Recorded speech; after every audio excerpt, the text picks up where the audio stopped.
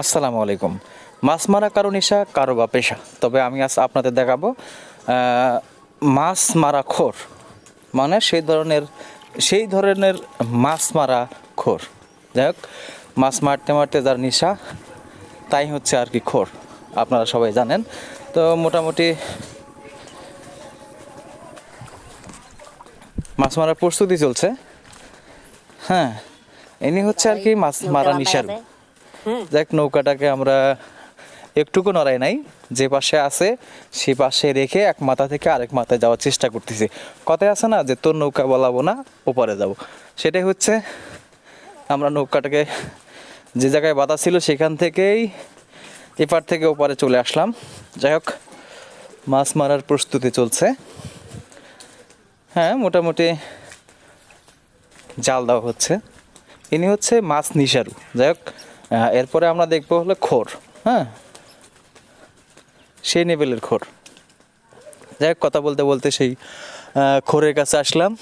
হ্যাঁ, এই যে মনে করেন যে আতার পাতার বন জঙ্গল ফাইটা ফুটে আসে, মনে করেন যে মানে মাছ মারার প্রস্তুতি চলছে। প্রস্তুতি দেখেই বুঝতে পারছেন যে ইনি আসলে কোন লেভেলের খোর। হ্যাঁ, একেবারে মনে করেন যে বন জঙ্গল যা আছে, বন জঙ্গল তো না, এটা হলো ভুট্টার ক্ষেত। এই ক্ষেত টেত পার হয়, তারপরে আর কি যাব নদীতে। এই নিয়ে অন্য কেউ না, আমি নিজেই। যাই হোক, অনেক কষ্টের পর সেই কাঙ্ক্ষিত নদীতে চলে আসলাম। হ্যাঁ, মানে সেই লেভেলের একটা জায়গা, কাঙ্ক্ষিত নদী। হ্যাঁ, সেই নদীতেই আসলাম আর কি। হ্যাঁ, মোটামুটি গ্রামীণ দৃশ্যগুলা আলহামদুলিল্লাহ অনেক সুন্দর হয়। যাই হোক, নদীর মাছও অনেক সুন্দর এবং অনেক সুস্বাদু হয়। হ্যাঁ, তাই আর কি সেই মাছ ধরার প্রস্তুতি চলছে আজকে। না, মোটামুটি সব সময় মাছ মেরে থাকি আর কি। মানে মারতে ভালো লাগে, খাইতে ভালো লাগে না।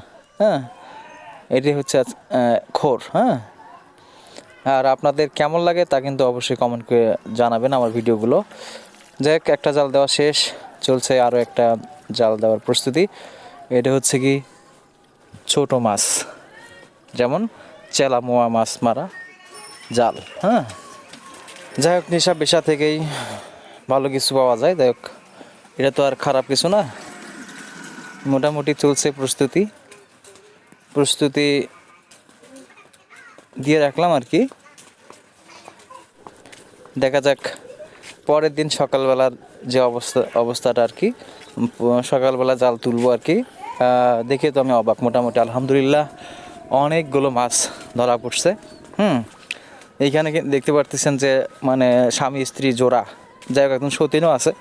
মানে মোটামুটি 3-4টা একসঙ্গে ধরছে। হ্যাঁ, মাশাল্লাহ আলহামদুলিল্লাহ। আর এই মাছগুলোর পেটে কিন্তু মোটামুটি ডিম আছে। হ্যাঁ, এগুলো আর কয়েকদিন পর নদীতে ভরে যাবে এই মাছগুলো দিয়ে। যাক, যারা মাছ মারতে পছন্দ করে তারা কিন্তু এই বিষয়গুলো বুঝবে। হ্যাঁ, আলহামদুলিল্লাহ একটা টাকি মাছ ধরা পড়ছে। এই মাছটা সবাই আসলে চেনে, তবে কে কোন নামে চেনে আর চেনেন অবশ্যই কমেন্ট করে জানাবেন। আসসালামু আলাইকুম।